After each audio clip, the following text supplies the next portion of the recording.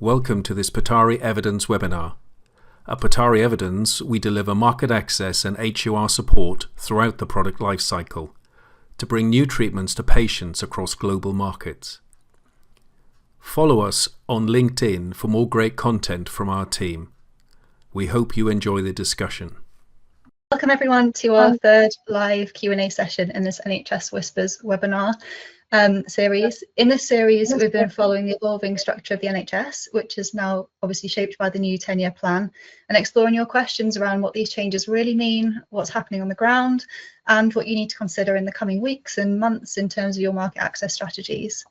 I'm Katie Mulholland, part of the UK market access team at Petauri Evidence, a global market access and HUR consultancy within the Petauri platform. For those of you who may not know, we specialise in supporting biopharma companies across the full spectrum of market access strategy, with particular expertise in UK launches and navigating NHS dynamics. Our work is deeply informed by our in-house experience and enriched by our network of NHS partners as well, who provide really valuable insights through advisory boards, strategic input and feedback on value propositions and messaging, just as a few examples.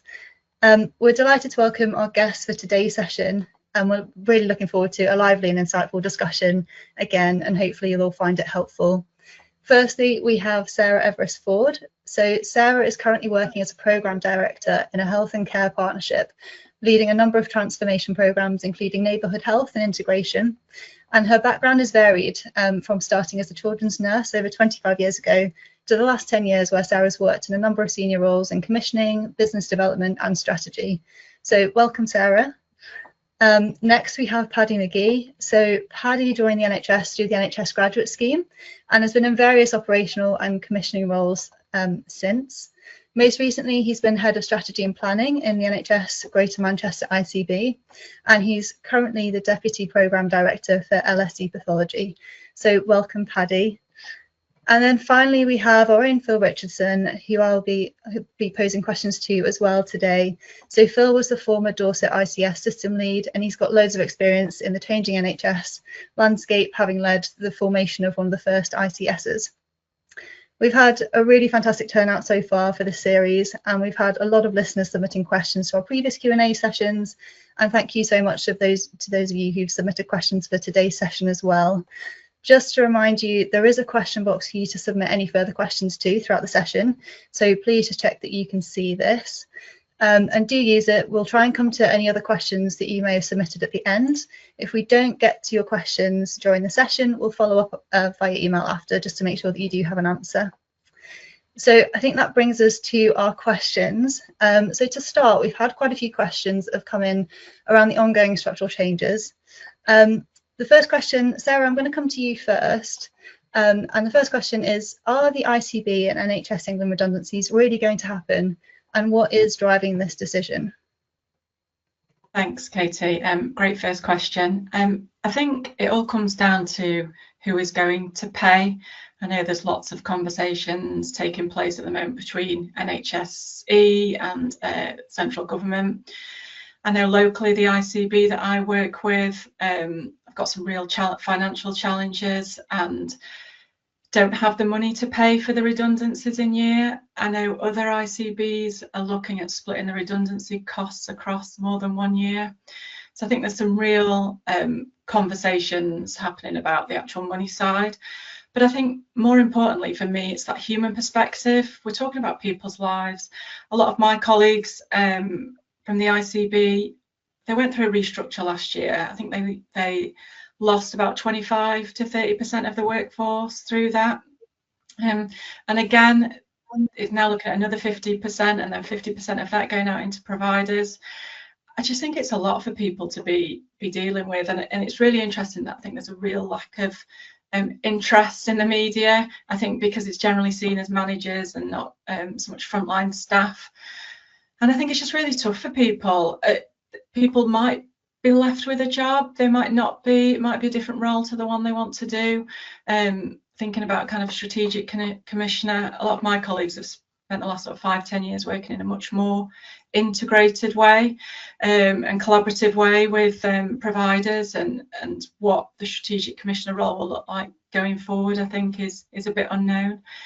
It's been really disruptive. I think it impacts decision making, and I think what is it actually sort of costing from a human and an economic perspective. Yeah, thank you. Some really good points. I don't know, Paddy, maybe you've got some other bits to add there. I mean, firstly, sort of share the sentiment with Sarah that it is difficult from a sort of human factors side. Secondly, there is obviously the impact on actual delivery.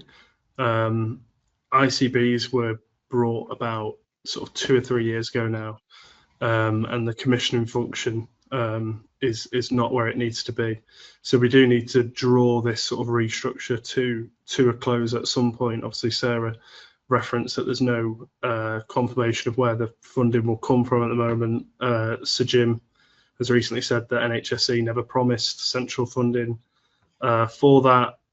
Redundancies, the current sort of projected redundancies, will cost sort of circa £1 billion. So there's certainly not that within any of the ICB budgets that I'm close to or aware of. So I think it is difficult. I do think it's going to happen. I think based on that central government policy, something needs to happen. Sir Jim said it himself a couple of months ago. The NHS budget is the size of the whole GDP of Portugal. So we do need to do something to sustain and improve the provision of services. We have to act in some way. So I do think we are going to get there. And Sir Jim McGee has a reputation for delivering what he says he's going to deliver. So I do, in answer to the original question, yes, I do think it will happen. How is the difficult bit?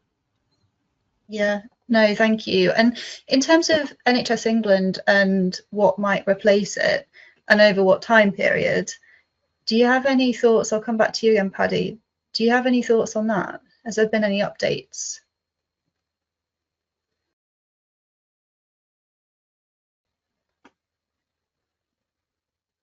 Oh, I can't hear you, Paddy. I don't know if that's just me or if that's others as well. Sorry, I muted myself because of the feedback. Can you hear me now, Katie?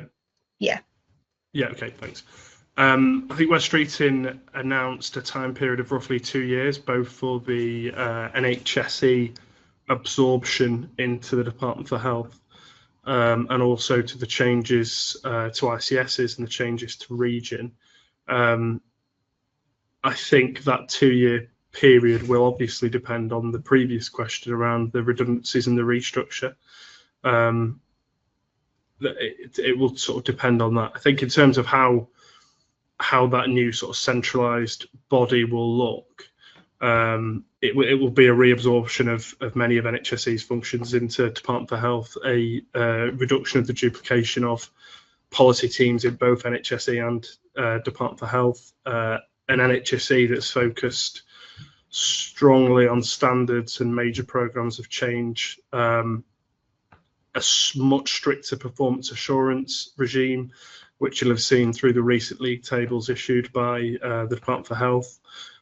We know from the NHSE model region guidance that was recently published that more authority and risk will sit with regions and ICSs and provider collaboratives. And also the other point I would make as well is that over this 2-year time period, a transformation team has been appointed as the sort of NHSE exec board. But if you look at the members of that, it is very acute trust focused. So I think that potentially gives us a signal of where we are headed in the long term. And there is perhaps a slight contradiction with the neighbourhood programme there. So I think there's still lots to work out. Yeah, no, thank you. And Sarah, I could see you were nodding along there. Did you have anything else to add from your perspective?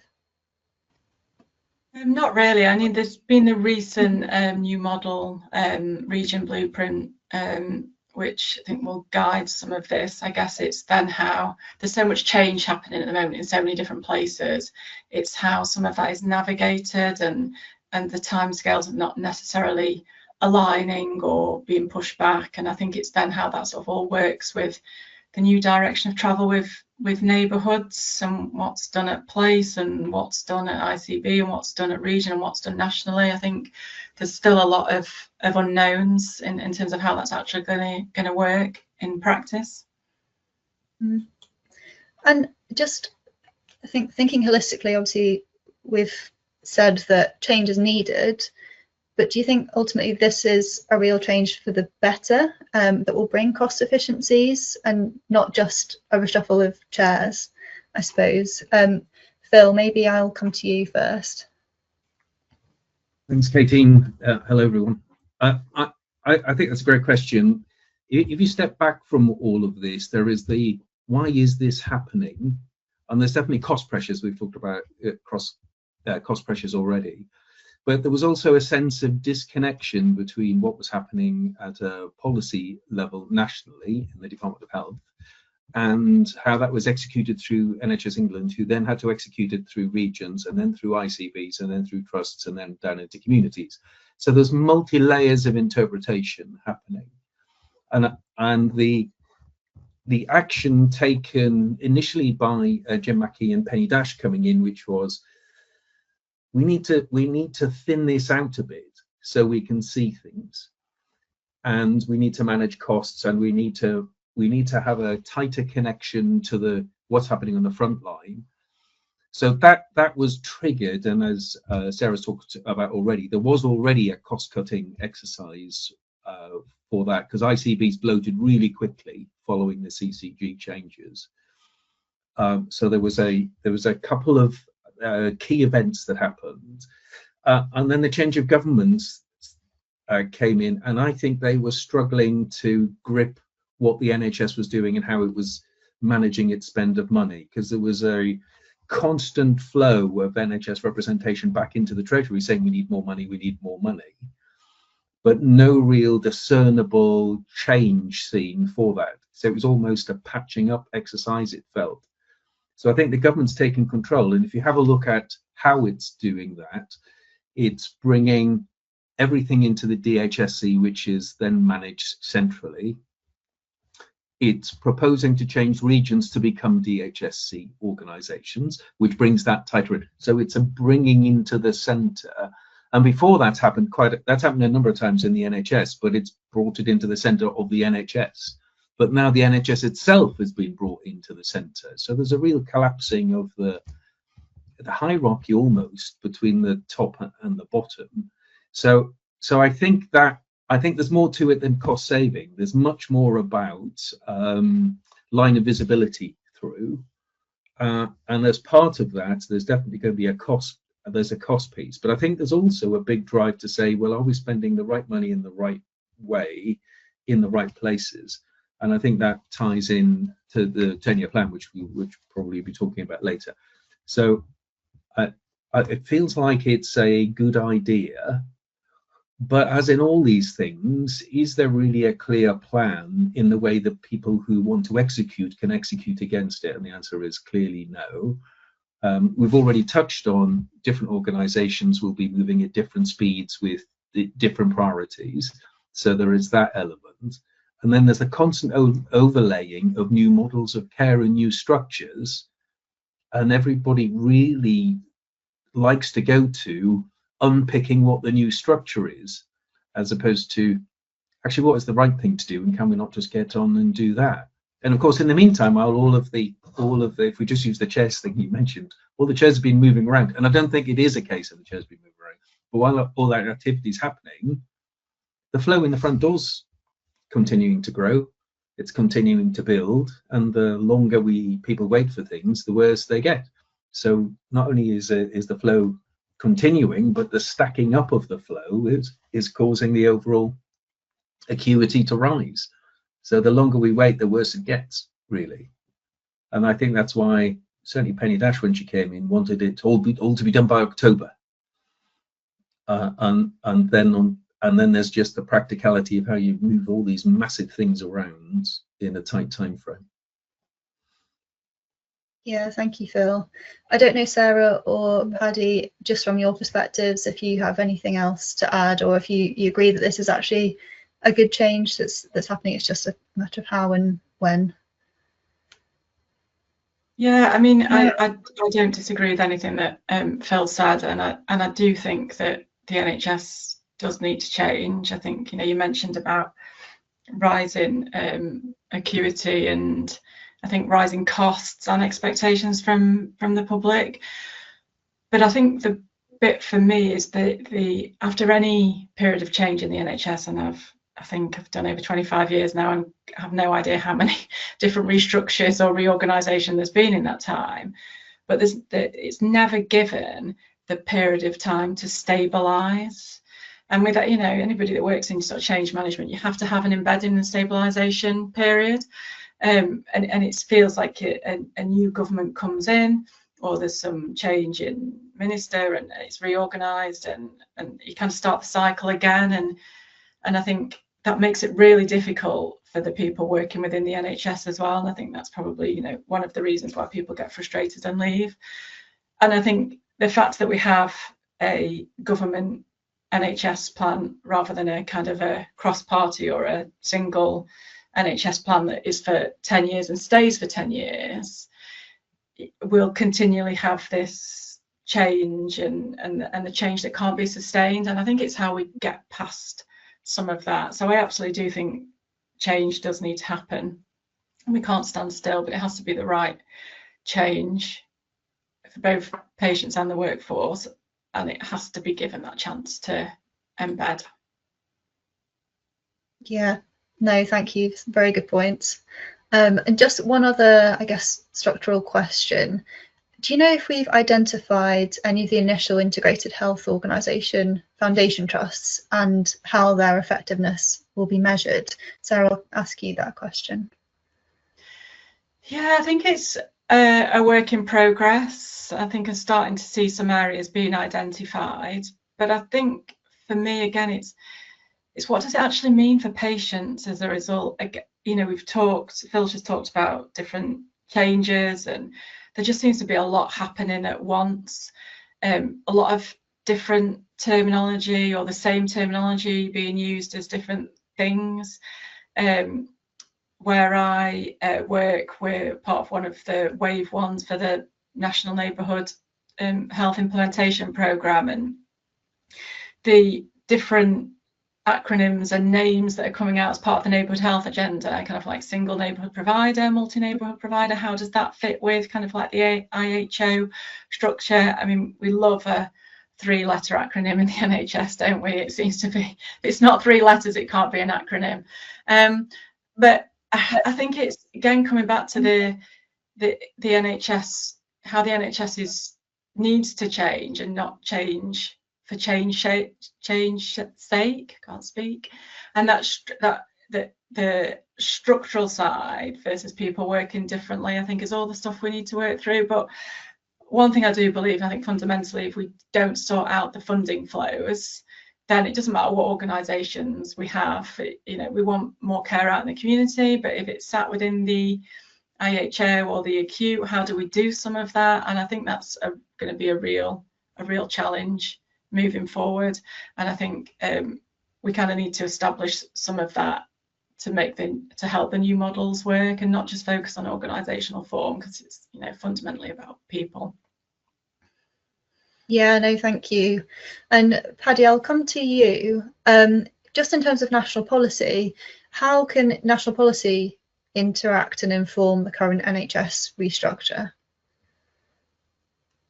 I suppose national policy is obviously driving the direction of travel with the 10-year health plan, life science strategy, setting the overarching sort of priorities for prevention, efficiency, which we've spoken a lot about this morning so far, digital transformation. So the restructure is being shaped around those priorities, excuse me, as well as things like access to ED and access to general practice, and even dentistry, which we know is a challenge in some areas. We've discussed how NHSE is being slimmed down and absorbed into, or their functions being absorbed into the Department for Health, consolidating the assurance and procurement processes, which I know we'll talk about at some point in this session, and really aiming to reduce that duplication and variation. The next bit as well, I know this question's around national policy, but equally then it's the translation into regional regional delivery, I suppose, and that's where National have asked ICBs to develop and embed 5-year planning frameworks aligned to that 10-year health plan. So the 10-year health plan is, the plan, the strategy, and then it's how we're going to deliver that over 5-year cycles, refreshed annually. So I think that's the sort of next steps. Yeah, no, that makes complete sense. Sarah, do you have any other points to add there? Yeah, I think Paddy's absolutely right. I guess the other bit for me is it's not one way. So how can we take what's happening locally, that local experience innovation, to inform national policy? I know so through the Wave 1 National Neighbourhood Programme, it's that collective learning and then that informing direction of travel. And I think it's how we do continue to do some of that. I think policy gives us the framework, but then it's how the providers, councils, knowledge sector organisations, community and industry really make it happen. So I think it's how we connect some of that together. Yeah, no, thank you. That makes sense. And I guess one of the big topics that's been raised or is being discussed from the 10-year plan is the move to a single national formulary. And we've had quite a few questions around that. And I guess a broad question first is, how could that possibly work? Paddy, maybe I'll come to you. I think first we have to learn from others. Yes, it can definitely work. Excuse me. It can definitely work because it does elsewhere. Wales and Scotland already use not quite a single national formulary, but sort of centralised approaches. Albeit their geography is obviously a bit smaller than England, but they already do it. Australia and NZ do it. There are examples across the world of where single national formularies work.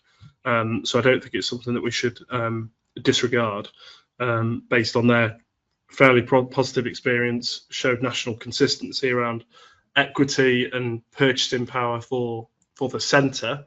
The difficult balance, obviously, is that the strong central governance which is required, and balancing that with the local flexibility to reflect not only like the specific needs of a population, which will naturally be different from northeast North Cumbria to northwest London, for example, but also the supply chain vulnerability that you can expect. And I know lots of sort of stakeholders across the system are quite worried about that bit. So I think we can expect some form of flexibility in the design. Obviously, that single national list increases risk if there are supply chain shocks. So I do think there'll have to be some flexibility around local stock and supply, and how you may have sort of approved products that maybe aren't first on the list. But this is the national direction. I think you can see from the drug tariff guidance that's come out as well, this is where we are going as an NHS. You can see that the NHS, for a couple of years now at least, has been trying to consolidate sort of large procurement of things like equipment and consumables through NHS supply chain. It is very much an approach to start to consolidate, centralise, and go in that sort of single fashion. As far as I'm aware, there's not been yet an explicit sort of published document as to how we'll approach that, but I'm sure that will come. But yes, it definitely can work. Yeah, no, thank you. And in terms of how it might evolve, obviously there's a 2-year target for it to happen within, or the move to happen within. Do you think that it's going to be evolving, more of an evolving process? Do you think it's realistic that everything gets sorted in the 2 years, or actually it might be more of an evolution over the 10 years of the 10-year plan? And we also had a question around whether you think it will likely be molecule or brand based. Sarah, maybe I can come to you. Yeah, I mean, I think it's going to evolve. I don't think anything moves massively quickly in the NHS. Isn't set a target of a time frame, and it's going to evolve. I don't think it's something that's going to be static. And I guess in terms of the areas of focus, it might be more on high volume, high costs to start with, where variation creates inequity and waste. And as that sort of real world data can be built up and outcomes, and then the formulary could be expanded and refined. Yeah, I think it'll be quite an evolving process. Yeah, no, that makes sense. And just in terms of for those products that are included on tariff or national frameworks, do you have any thoughts on how it would change the process of getting onto either of these? I think tariffs, national frameworks, reimbursement as a whole, I would look to the drug tariff guidance and the processes that they've outlined there in terms of how you get onto a framework. If you are initially refused from a framework, how you then get back on. I think the drug tariff guidance is a good example of how the NHS are going to procure full stop going forward. Again, it will evolve, but the sort of the principles, I would say, will be applied generally. Yeah, no, thank you. I've got a few questions now just around budgets and the balance of short-term costs and longer-term benefits. Phil, I might come to you first. From your perspective, how do the 1, 3 and 5 year budgets link into a shift to prevention? This has been a perennial challenge. I remember 10 years a director of public health saying to me, we could massively change cardiovascular disease if we started 10 years ago. And I think the prevention agenda in the main gets a bit overshadowed by an acute hospital agenda. And I think there is a real willingness now to want to move that because at the end of the day, if we can stop things happening, or we can catch things early, or we can help people navigate issues in an earlier stage way, then the downstream costs are massively affected by that, as is the workforce pressure, as is the operational pressure. So I think without saying it wasn't serious before, I think there's a really serious effort now to do something about prevention, but we've got to move away from prevention being a sort of a worthiness that everybody needs to eat well, drink well, exercise more, and that sort of only appeals as a message to the people who eat well, drink well, exercise more. And I think we need to move into a holistic prevention model, which is how do we help communities? And the neighbourhoods approach is absolutely aimed at supporting that and enabling it. But there's got to be a real sense of priority that cascades down to for it to be taken seriously in a day-to-day conversation. Because things like prevention as a concept, everybody does intellectually nodding, that's a really great idea, we should definitely do prevention. Then there's a lot of workup models which says this is how we could do prevention, and there's a lot of epidemiological modelling, there's a lot of public health modelling, there's a lot of things which say look how much we could help if we did do this. And then suddenly you've got a queue of people with a need for some urgent treatment, and we'll just see those people first and then we'll get on to prevention. And of course the queue of people never stops, so that whole prevention thing changes. But if I have a look at the director generals that are being appointed at the national level and in the DHSC, there's some very serious players in that who could help shift the agenda from an acute medicine model into a prevention model. But it's a huge ask, and our day-to-day operational teams are not set up to do that. So it's a big thing to do, and it's a big shift in what work type is done, and there needs to be a bigger emphasis on decision making at a senior level that can carry a prevention discussion and decision over and above a public health input. So it needs to be as part of the core mechanism, I think. Yeah, no, thank you. I don't know, Paddy, from your perspective, is there anything else that you think here?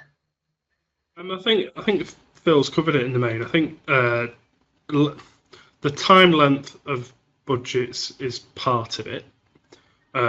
So clearly, if we have such a short-term focus on sort of realising efficiency, for example, and short-term outcomes, which we very much are in the NHS, and particularly at the moment with the big drive on reducing spend, we're very short-term focused. Now, clearly, that's not an environment that encourages a long-term proactive prevention approach to sort of supporting healthy populations.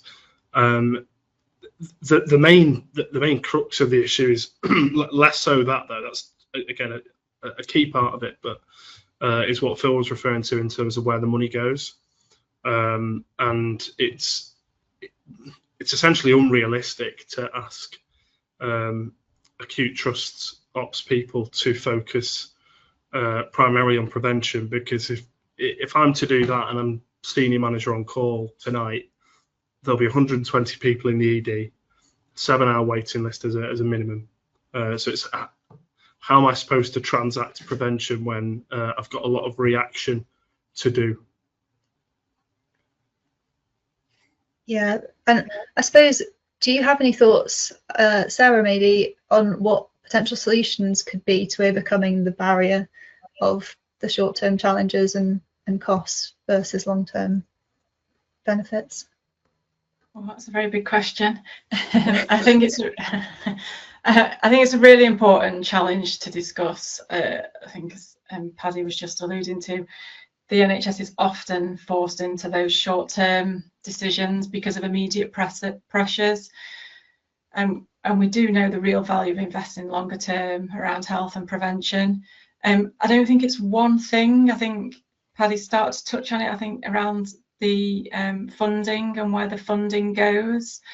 We have to be investing in communities if we want to really focus on prevention and early prevention. The challenge is the financial return won't happen for several years, could be even generational, particularly when there's some deep-rooted health inequalities and health challenges. I know locally we've made the decision to really invest some of our health inequalities grant in things like asthma, community first approach, because we do know that if we invest now, it's that longer term return, but it's how we demonstrate the impact along the way, and that can be a real challenge. And I think linked to that is something about how we really measure the value. If we're only counting today's savings, we miss the wider economic and patient-person impact. You know, using measures that capture things like avoided admission, improved independence, or even people's ability to stay in work really helps demonstrate that bigger picture, which I think quite often we view it through the single NHS lens. I mean, we've done some really great work. I say we, my team, have done some really great work around the Know Your Numbers campaign over the last sort of week or so, and that's about checking blood pressure checks. And that is a really good way to be able to demonstrate, just by doing those checks now, the savings that has in the longer term, and there's some really good evidence about that. And I think it's how we can do more of that, where how can we build the evidence to demonstrate that the savings will come in the long term. It's that age-old thing of trying to prove something that's not going to happen, if that makes sense. And then I think, yeah, we've got to be able to align policy with the financial flows. As I said, we need to get more money out into communities, very much that population health approach, and moving away from those single year cycles. Paddy touched on it. It's starting to happen. The annual planning from NHS and ICB is earlier this year, and it does include that sort of short, medium and long term, as well as the short term. And I think if we can give providers longer contracts, then they have the ability to be more creative and innovative. And I think it's fundamentally about seeing patients as people and not seeing it as today's cost or balance sheet. And I think if we can get some of that right, the economics and the patient outcomes will align. We just need to start trading today against tomorrow. I think that's one of the biggest challenges in how the NHS currently operates. Yeah, no, thank you. And I suppose just in terms of industry and how they might be able to support, Phil, I'll come to you for your thoughts. Do you have any ideas for how the NHS and pharma or wider industry could work together to deal with the management of long-term conditions when budgets are so short-term currently? Yeah, thanks, Katie. I'd like to sort of join the two conversations together, if I may. I think there is a bit which is where prevention plays a key role in long-term conditions, and then there is long-term condition management, but it's actually all on the same continuum, really, because a number of long-term conditions actually start with a preventable start, or at least an ability to reduce the impact at the start. And an example that might help with that is the recent session bringing together the cancer alliances, and industry joining that conversation to say, how can we detect cancer earlier, right up to the point is what are the new things we should be looking for, as opposed to the more traditional biomedical type markers. And what was really cool about that is it had organizations in the room who have a quite large proportion of their business on dealing with the later stage cancer challenges, and they were in the room actively engaging, trying to diagnose it earlier. So moving into that early diagnosis stroke prevention space. And I think if I connect that then with the prevention agenda, I think there's a real role for industry to work in collaboration with some of the teams who are leading on how do we get prevention engaged in the community? How can we support long-term hospital engagement? I think there's a real opportunity to do that, and that would help catalyze the importance of this by starting to demonstrate some of the evidence that Sarah's just touched on, because that's one of the challenges. How do we see our return on effort? And one of the big challenges with funding is that something like 75% of funding is people related. So if industry can provide some people related horsepower into the mix, then the funding requirements suddenly a very different profile. And if that can work in a collaborative way as a joined up team, which I've seen work really effectively, and it can be focused on prevention in a therapeutic area or comorbid area that the organization is familiar with, then that could start to unlock some real benefit, and it can start to unlock it earlier. But the funding for long-term conditions has been a perennial problem, and what typically happens is they end up in a primary care space with quite a bit of the time doing routine follow-ups, diagnostic, rechecking, and some of the interventions from a digital point of view can really help that. So wearables and remote monitoring are a key part. So we need to think about the answer may not be a medical answer. It could be a broader answer by bringing together some technology, some data, and collaborative working with industry and others. Thank you. And that actually really nicely brings me on to my next question, which is all about how we're going to be adopting innovative technologies. Obviously now more than ever, there's more and more coming through.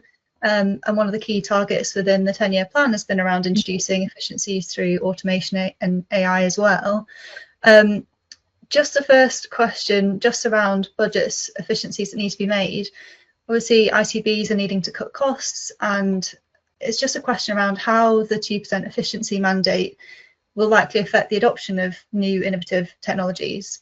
Paddy, maybe I can come to you first for that. Yeah, so I actually think it's more like 3% or quite a bit more in some cases where there are already significant deficits. Obviously, that poses a real tension for boards where the NHS urgently needs innovation to drive the productivity, prevention, population health agenda that we've spoken about. But again, it's balanced against that sort of blunt cost-cutting pressure that potentially crowds out that investment, or at least that intention to invest. We've spoken a lot already around the mandate that pushes ICBs towards those short-term cash release and savings, rather than the long-term transformation, which can make it a little bit harder to fund upfront costs for new technologies because of that short-term focus, which is where I think industry sort of needs to frame technologies as not really just nice to haves, but as efficiency enablers, and things that will introduce at least partially a short-term benefit I think industry needs to help the NHS achieve that short-term benefit whilst also focusing on the long-term. Now, that's not always possible, but I think that probably does need to be the focus. Any business cases need to be absolutely robust, that are able to realise something within it, sort of an in-year benefit, with potentially, I think, flexible commercial models around risk share and stage payments and sort of partnerships. So I think that the efficiency mandate doesn't necessarily stifle innovation, but it does raise the bar for business cases. Only those solutions that directly release cash, save staff time, and by staff I mean in the main, I mean clinical time, or demonstrably reduce demand, will make it through. And those that don't tick 2 or 3 of those boxes will probably struggle. I think the last point I will make, Katie, is just that we've obviously got the health innovation networks as well, which are in place to support the adoption of innovative technologies. So whilst there are cuts at the centre and regionally in ICBs, hopefully the health innovation networks will be able to balance that in some way. Yeah, no, great, thank you. Sarah, do you have anything else to add from your perspective? That was very comprehensive, Paddy. I think just to add, I guess it's balancing the longer term impact versus that short term, and I think we're good in the NHS at looking for quick wins, and I think when there's money to be saved or there's an efficiency mandate, it's the quick wins that get the attention. But actually, all the quick wins often do is just put a bit of a sticking plaster over. It might make a short-term impact, but if we want to make real long-lasting change, it's about how those innovative technologies that can do that around the things that Paddy's just described. And I think I'd also add into that is improving patient outcomes as being a top priority as well. But yeah, I think it's not focusing on the quick wins, but looking at the longer term impact and being able to demonstrate those savings and improvements along the way, but that not being the first focus. Yeah, thank you. Katie, can I just sort of jump in? Sorry, I didn't need to get across here, but I think the important thing here is there's a bit of a smoke and mirrors conversation often happens around savings. So if I just cast back to my commissioner role, we would often be given a business case would say, you do 1,000 of these a month, we'll save £1 on each case. That means you've got £1,000 worth of savings. And you think, well, no, not really, because we'll still be doing 1,000. We'll be using your new technology or solution, which will be costing us more. And I can't get the pound out.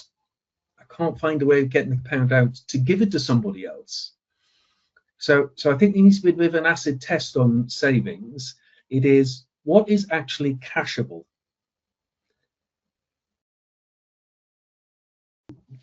Will I have cash in my hand at the end of the business case that I didn't have before? And in a lot of cases, you can't. And even if it's like clinical savings, so we had examples such as physiotherapy, which said, well, we can provide apps that people can use at home, which will mean they can do physiotherapy activities by following the app, as opposed to having a physiotherapist show them how to do the activity. And you think, well, that all sounds very interesting. So that will save 20% of your physiotherapy costs. I'm not really going to reduce my physiotherapy workforce by 20% because those physiotherapists are also deployed in other things, which would then be 100% stopping that activity. And 20% of the physios we can't really take 20% of a person away because they're working full time and they allocate their time in different ways. So something about cost saving, I've talked about earlier, 70% plus of the costs are people costs. Then you need to make some fundamental decisions about what the purpose of your case is. Is it to allow deployment of staff into a wider range of activities? And if it is, where are they going exactly? And is that where they're going? Is it efficient where they're going? Because you could just waste money doing that. Or can you show direct cashable savings? And I think there's quite a lot that sits in that that precision around commissioning decisions, which could release cash right now, but you would change your workforce structure.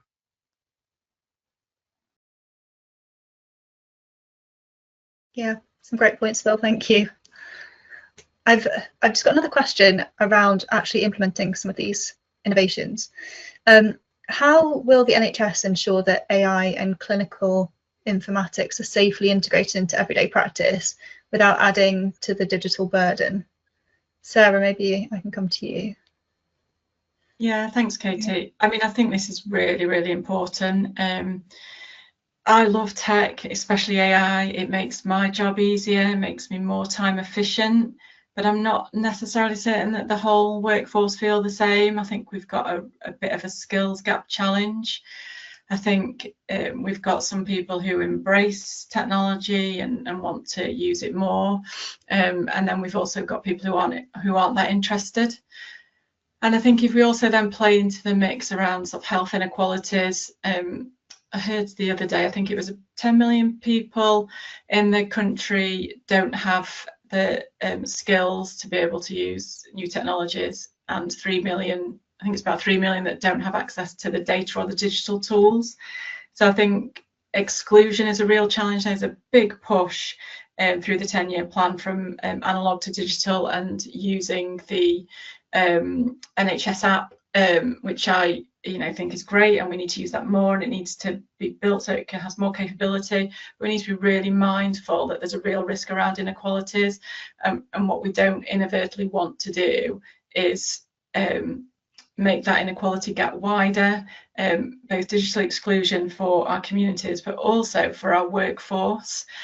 We need to make sure that proper training is in place, so it's not seen. I think Phil talked earlier a little bit about the challenge between managing crisis on the day versus prevention, and we need to make sure that this is not seen as something extra, like I think prevention can often be. It's like, how can the technology be absolutely making people's jobs easier and making sure that we've got people with the right skills, and that we're providing opportunities for people in communities who don't have access and don't have the skills not to be digitally excluded, and widening that gap.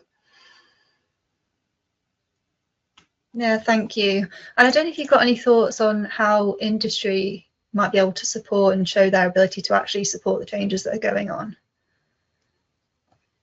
I think. Sorry, Sarah. You go, and then I'll come on to Paddy as well.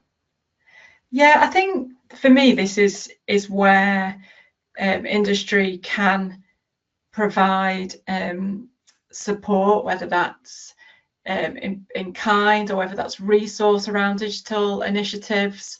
I know we've been looking at some things recently, because we've got a real challenge with inequalities where I work and people being digitally excluded. And actually, if we're working with industry or we're working with a local business, how can they support through that kind of social value agenda in terms of helping us fill some of those gaps that we've got, particularly as we've talked a lot today about funding being a challenge.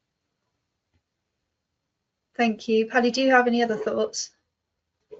I think Sarah's covered it mostly. I think I would reflect on my previous point slightly. It's if you want adoption in the NHS, then it needs to be safe as a bare minimum. So you need to be able to prove that, and obviously there's various sort of regulatory frameworks that should ensure that. But it also does need to deliver value both in the short term and the long term, and save time for staff, particularly clinicians. I think the other point I would make, and it's I think easily forgotten, is the integration with existing systems. So if I was to bring in automation into pathology or diagnostics, for example, I would have to make sure that my product integrated seamlessly with with various different types of RIS packs, various different types of limbs, various different types of order comms potentially, certainly various different types of EPRs, potentially different types of GP management systems, different types of patient administration systems. I could go on, and I do think that is a key challenge. So if you want fast adoption in the NHS, make sure that you are at least integratable, for want of a better phrase, with some of the big players in the EPR space and the LIMS space and the RIS pack space. Otherwise, you might have a very good AI product, but it's of absolutely no use. Yeah, no, thank you. And just on the topic of industry again, is there an appetite for strategic partnerships with industry across the NHS? And if so, what type of initiatives would add most value, do you think? Paddy, I'll come to you again for that.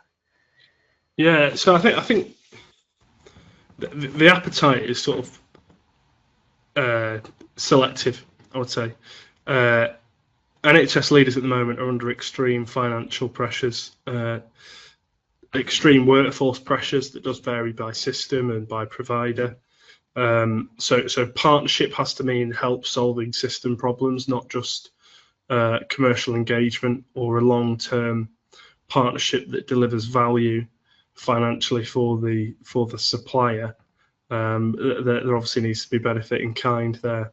I think the NHS has demonstrated largely it's open to strategic partnerships, particularly at the centre. I think industry needs to keep in mind when engaging the sort of NHS and the wider public sector that actually a lot of people that work in the NHS have only ever worked in the NHS and worked in the NHS for 20 to 30 years and are actually instinctively suspicious of industry. So I do think there's a barrier to get past there in terms of engagement. And that's my point in terms of the appetite can vary, but that appetite will be strongest where industry co-invest, share risk, bring capability that the NHS doesn't have internally. I think in terms of where initiatives would add most value, one of the key things we've spoken about today, prevention, community care. We've also spoken about workforce, productivity, digital transformation, supply resilience and sustainability.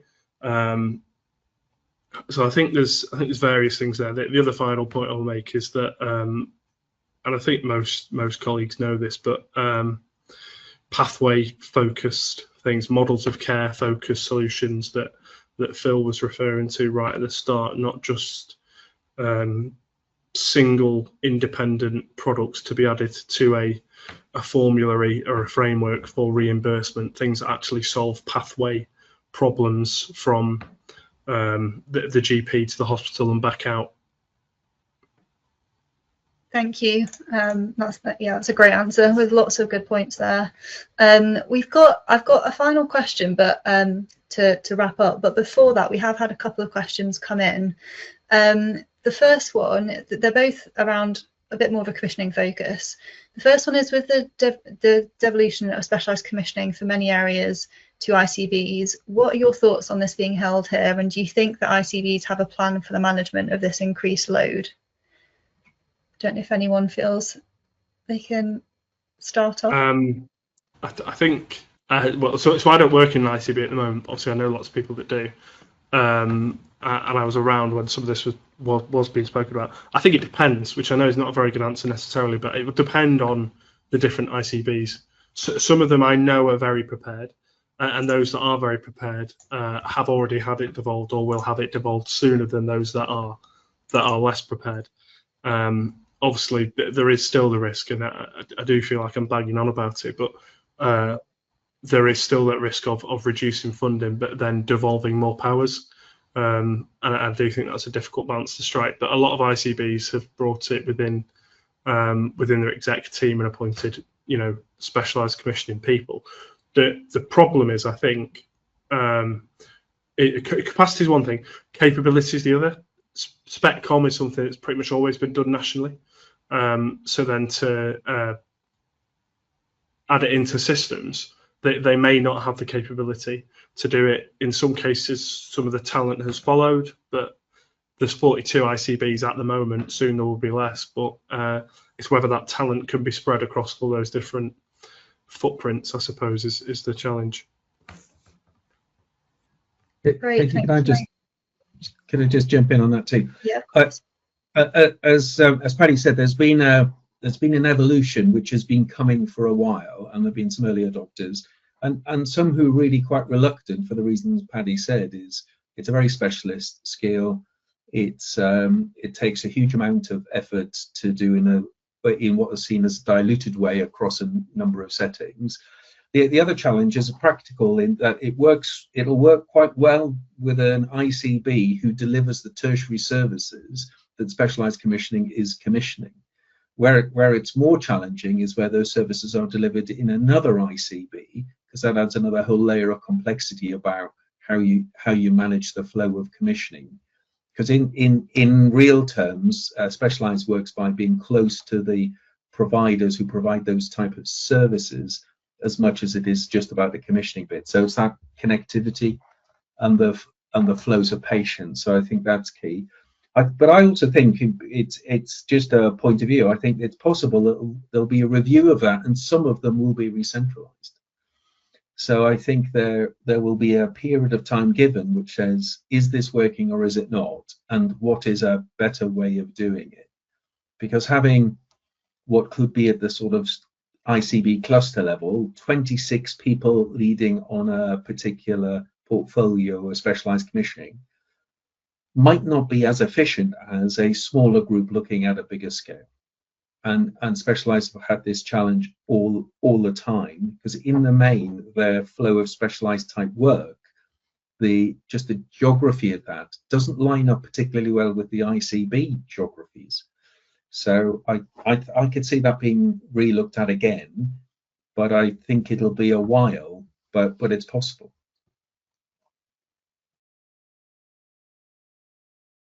Thank you. I'm just conscious of time. We've got 2 minutes. What I might do is just go around very quickly and get your final thoughts. If you had 1 or 2 pieces of advice around what listeners should do to help navigate them with the changing structure of the system and everything else at the moment, what would that be? Paddy, maybe I'll come to you first. Okay, I think I've already said it probably a couple of times throughout, but to re-emphasise cash releasing benefits, saving staff time and performance improvement. If you're not ticking 2 out of 3 of those, you're not going to get very far in an NHS that's very focused on the short term at the moment. Thank you. Phil? I would say 2 things. I would say understand who the stakeholders are that are important to where you can add the value. If we go back to the digital one, and I was looking at AI, I'd be looking at the clinical safety officer, the clinical nursing information officer, and the chief clinical information officer as people to have a good relationship with, because they'll understand the practicalities of both digital and safety and clinical practice. And then the second bit, which is, please don't start any conversation with, my product is, it does this, my therapy area is this, and we have products that do this, because nobody knows how to connect to that problem, and it just aggravates the way Paddy was talking about earlier, that antibody levels. If you came in and said, I can see from my research that you have this challenge, you've set a program up, and actually we've got some great expertise in there, and this is how we could help you solve this challenge, then I think you would be welcome with open arms, and people be trying to figure out how to work with you, not whether they should work with you. Thanks, Phil. And Sarah? Yeah, no, I agree with Phil. I think focus on helping solve real world problems, getting to know the people and build those relationships. And I think it's probably thinking about different stakeholders to maybe ones previously. So thinking about who are the leaders in place, working directly with providers. And I think there's something important about offering something back. So that social value, looking at financial initiatives into communities, and really try to understand the local problems that people want to solve. I think if you can help with some of that, then you'll be pushing against an open door. Brilliant. Thank you so much. I think that brings us to the end of the session. Thank you to everyone who's tuned in. If we haven't got your question, we'll follow up over email, or we'll signpost you in the future as well if you have any other questions, just to someone that can help. Thank you again for joining. Have a great rest of the day. Thank you for watching. If you'd like to find out more about how we can support your market access goals, get in touch today. For more market access insights, follow us on LinkedIn.